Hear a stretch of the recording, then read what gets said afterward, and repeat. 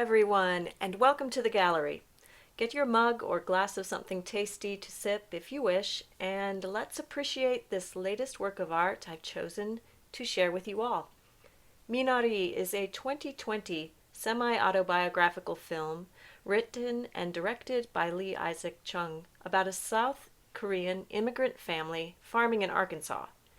Even though the film is set in the US and was distributed by the American film company A24, it is considered a foreign language film. I don't know who decides these things, but it doesn't change the fact that this is a beautiful piece of art. So, to my way of thinking, it's got the green light to be considered for my curated gallery.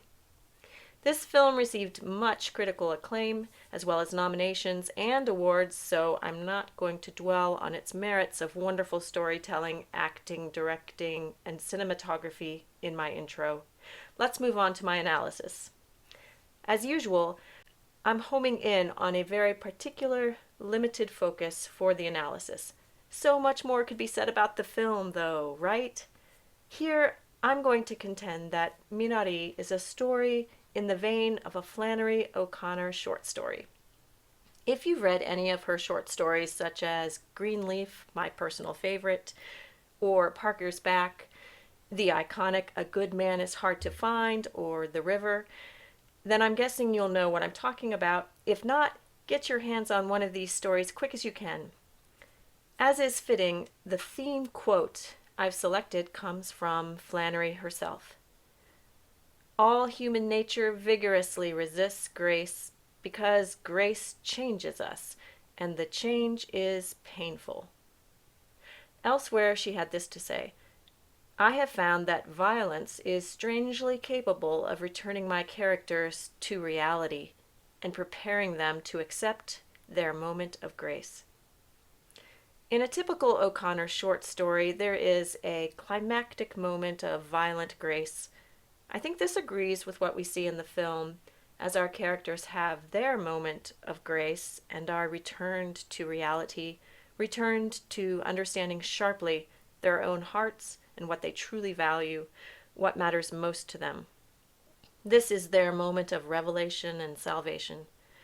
Before moving on to the next part of my analysis, a series of theme images, it's important to just quickly note that Flannery O'Connor was a person of faith acquainted with suffering.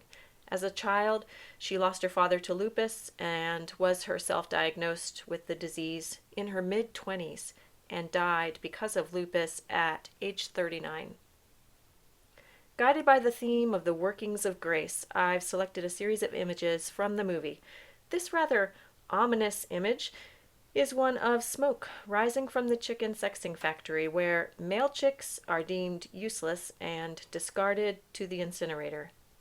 Jacob, the father of the family, has a strong desire to put himself to good use. This desire to be useful makes me think of a poem. Hey, as a poet, you know I'm going to bring in a poem if possible. To Be of Use by Marge Piercy speaks of this need we have as humans. I'll just read that last stanza. The work of the world is common as mud. Botched, it smears the hands, crumbles to dust. But the thing worth doing, well done, has a shape that satisfies, clean and evident. Greek amphoras for wine or oil, Hopi vases that held corn are put in museums, but you know they were made to be used. The pitcher cries for water to carry and a person for work that is real. So this is an admirable desire of Jacob's, but problematic when it becomes his end goal. The shift can be subtle. Jacob shifts from an original point of saving grace, his love for his wife, and that love then multiplied for his children, to such a focus on usefulness within the context of pursuing his own dream that love is no longer the end goal. Later in the movie, we get an echo of this smoke scene when the moment of grace reveals to the whole family what is of true value, of real use, by removing the stuff that isn't. Here we have the character of Paul, engaged in his Sunday practice of dragging his cross. Paul seemed to me like a character walking right off the pages of an O'Connor short story. He's like one of her strange outcast prophet characters. As Flannery herself once said, "You shall know the truth, and the truth shall make you odd." There is a deleted scene of Paul talking with David, which especially makes clear to the viewer that this is a man who's aware of how others perceive him, yet this knowledge doesn't deter him from his purpose. He has a clear sense of himself, of his changed identity because of grace. Unimportant things have already been removed from his life. He's gone through that sort of death process, much like Paul the Apostle in the Bible. He is motivated by love now. His life has already been stripped back to this essential core of love, and he is willing to be of use to Jacob and the family. In this scene, Jacob's muscles are so sore from working the land that he cannot raise his arms up and needs Monica's help to get his shirt off to take a bath. Talk about painful changes.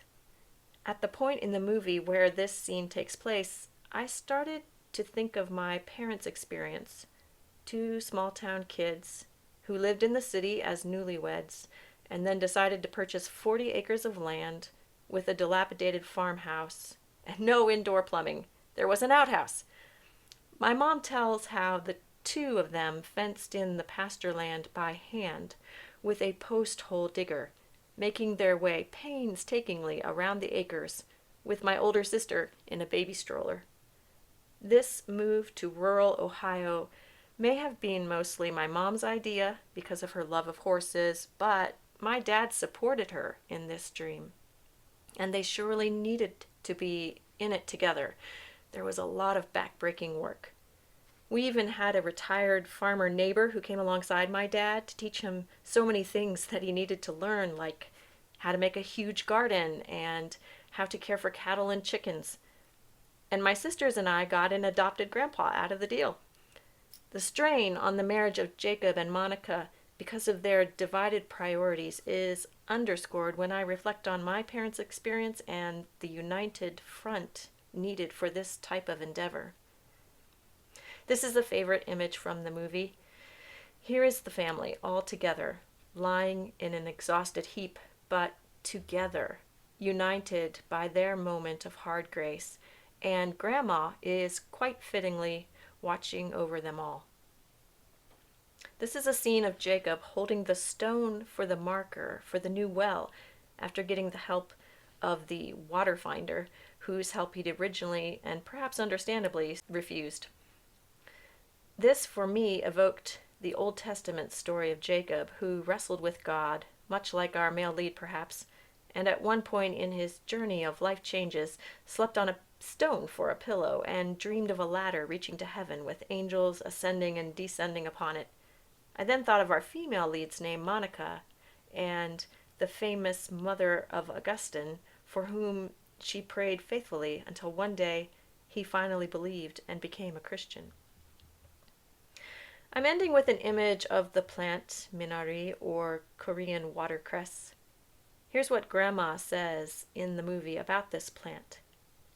Minari is truly the best. It grows anywhere, like weeds, so anyone can pick and eat it. Rich or poor, anyone can enjoy it and be healthy. Minari can be put in kimchi, put in stew, put in soup. It can be medicine if you are sick. Minari is wonderful, wonderful. In interviews, the director of this film tells us that Minari stands as a metaphor for his family being planted in a new environment. And he also shares the fact that after Minari dies, it comes back stronger in its second season. It got me wondering if we might extend the metaphor more broadly. What if we were all so rooted in love, adaptable and humble as Minari, open to change and the movements of grace, flourishing in whatever unfamiliar ground we find ourselves planted? Would we then also find ourselves as multi-purpose, beneficial, and useful as Minari? The theme music for my analysis comes from the movie soundtrack.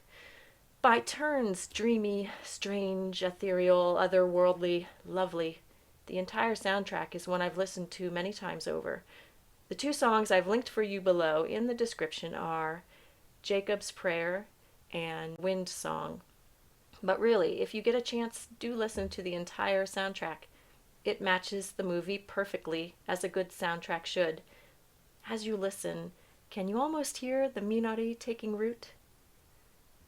Our time together for this jaunt to the gallery is at an end. I hope you enjoyed your moments here. If you wish to be notified when more videos are uploaded to the gallery, press the subscribe button. Thank you for stopping here on your way. As we continue on, let's do our best to stay awake, to gather the beautiful.